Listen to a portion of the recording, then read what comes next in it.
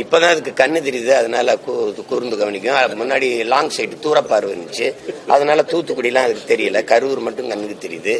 இதெல்லாம் ஒரு கேள்வின்னு கேட்குறீங்க. இதே மாதிரி தானே செத்தோம் நாங்க. நான் எழுப்புற கேள்விதான் நீங்க பதில் சொல்லணும். இது ஒரு நடிகரை பார்க்க வந்த ஒரு கூட்டம் நெரிசல்ல சிக்கி செத்துருச்சு. ஆனா தூத்துக்குடி போராட்டம் எப்படி?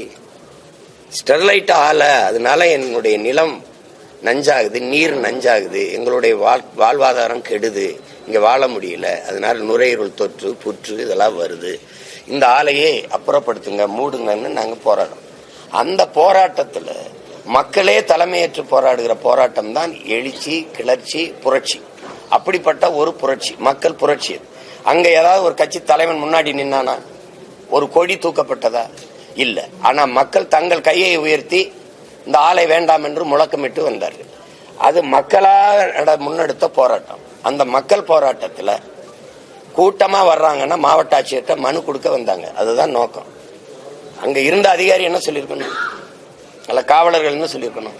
இவ்வளவு பேர் வர முடியாது, நீங்க முன்னாடி நிக்கிற ஒரு 4 பேர் 5 பேர் வந்து மனுவை கொடுங்க வாங்கன்னா கொடுத்துட்டு அழகா கோரிக்கை வச்சுட்டு போயிருப்பாங்க. அங்க ஏன் துப்பாக்கி சூடு நடந்தது? நான் கேட்கறதுக்கு யாரு மனச்சான்றோடு பதில் சொல்ல இந்த நாட்டில் யார் இருக்கா? யார் இருக்கா சொல்லு. ஏன் துப்பாக்கி சூடு நடந்தது? கலவரம் வரும், மனு கொடுக்க வர இடத்துல கலவரம் வரும் என்று எப்படி கணிச்சீங்க? எப்படி கணிச்சீங்க?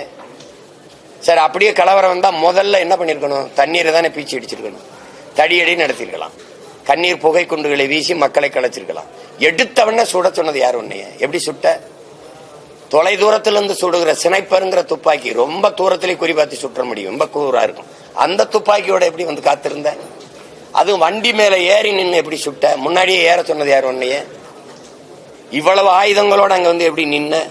உன்னை சுட சொல்லி உத்தரவிட்டவன் யாரு? இத்தனை கேள்வி இருக்குல்ல, ஏன் சுட்ட? அப்படி பார்த்தாலும் காலு கீழே தானே சுடணும். தொண்டைக்குழியில எப்படி குறிவாத்து சுட்ட? எப்படி சுட்ட? அப்ப இந்த உண்மை கண்டறிய உங்களுக்கு உறங்கிட்டு இருந்துச்சா? ரொம்ப கூர்மையா பார்க்கும்போது குருடா இருந்துச்சா? சொல்லுங்க. பார்வையற்று போயிருந்துச்சா? இப்ப பாக்குறது அப்ப இந்த ஆட்சி தானே. ஏன் வரல? இந்த காங்கிரஸ் கட்சி இன்னைக்கு வருது, இது ஏன் வரல? ஏன் வரல? ஏன் வரல? அப்புறம் மக்களுக்காக நான் யாரு? நான் என்ன? நான் யாருன்னு சொல்லுங்க. யாருன்னு சொல்லுங்க. மக்களுக்கு உள்ள இருந்து வந்து இந்த கேள்வியை கேட்கிறேன். அதுல ஒருத்தன் தான். எனக்கு அச்சம் இல்லை, நான் துணிஞ்சு கேட்கிறேன். அதனால நான் கேட்கறதுக்கு பதில் சொல்லுங்க. யாரையாவது தொலைக்காட்சியில பார்த்தா தெரிஞ்சுக்கிட்டேன்னு அன்னைக்கு முதல்வராக இருந்த ஐயா எடப்பாடி பழனிசாமி சொன்னாங்களா இல்லையா? அப்ப அவருக்கு தெரியல, இப்ப சுட சொன்னது அவருக்கு தெரிஞ்சு சுட சொல்லு. அப்ப சுட சொன்னது யாரு? யாரு? அப்பாவை மக்களை சுட்டு போட்டா அதனால பின்விளைவு வரும்னு யோசிக்காம சுட்டது யாரு? அப்ப எதிர்கட்சி தலைவராக இருந்த இதே ஐயா ஸ்டாலின் அவர்கள் நான் வந்து 2 மாசத்துல விசாரிச்சு நீதியை நிலைநாட்டுவேன்னு சொன்னது இருக்கா இல்லையா? இருக்குல்ல. 4 ஆண்டு முடிஞ்சு அடுத்த 6 மாசத்துல தேர்தல் வரப்போகுது. என்ன நடவடிக்கை எடுத்து நிலைநாட்டிருக்காங்க?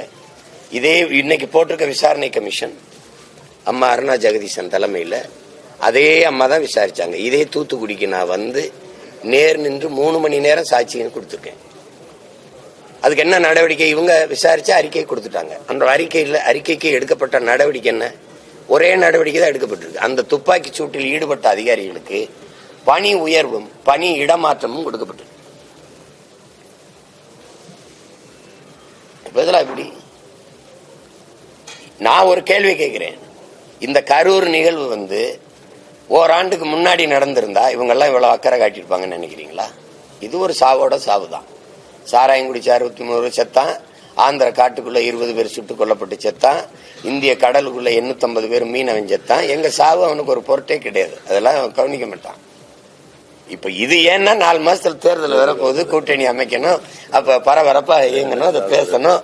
அதனால உடனே வரியல. உண்மையை கண்டறியறது. என்ன கண்டறிய? என்ன கண்டறிய? ஒரு நியாயத்தை பேசுங்க. இப்போ நான் ஒரு நிகழ்ச்சிக்கு வந்திருக்கேன். இந்த நிகழ்ச்சி நான் வரலைன்னா நிகழ்ச்சி இருக்குமா? ஒரு கேள்வி நீங்க எல்லாம் சொல்லுங்க. ஊடகவில் நான் வர்றதானே நிகழ்ச்சி. நான் வரலைன்னா இந்த நிகழ்ச்சி இருக்குமா? இப்ப நான் வரலைன்னா அந்த கூட்டம் நடக்குமா? நான் வரலைன்னா இந்த நெரிசல் ஏற்படுமா, நான் வரலைன்னா இந்த மரணம் நிகழுமா? அப்ப என்னுடைய வருகையால நிகழ்ந்த மரணம் தான் அது அப்படின்னா முதல் காரணம் யாரு? நீங்க தான் பதில் சொல்லுங்களேன். அக்கட்சியோட தலைவர் எந்த பொறுப்புமே ஏற்கலையே.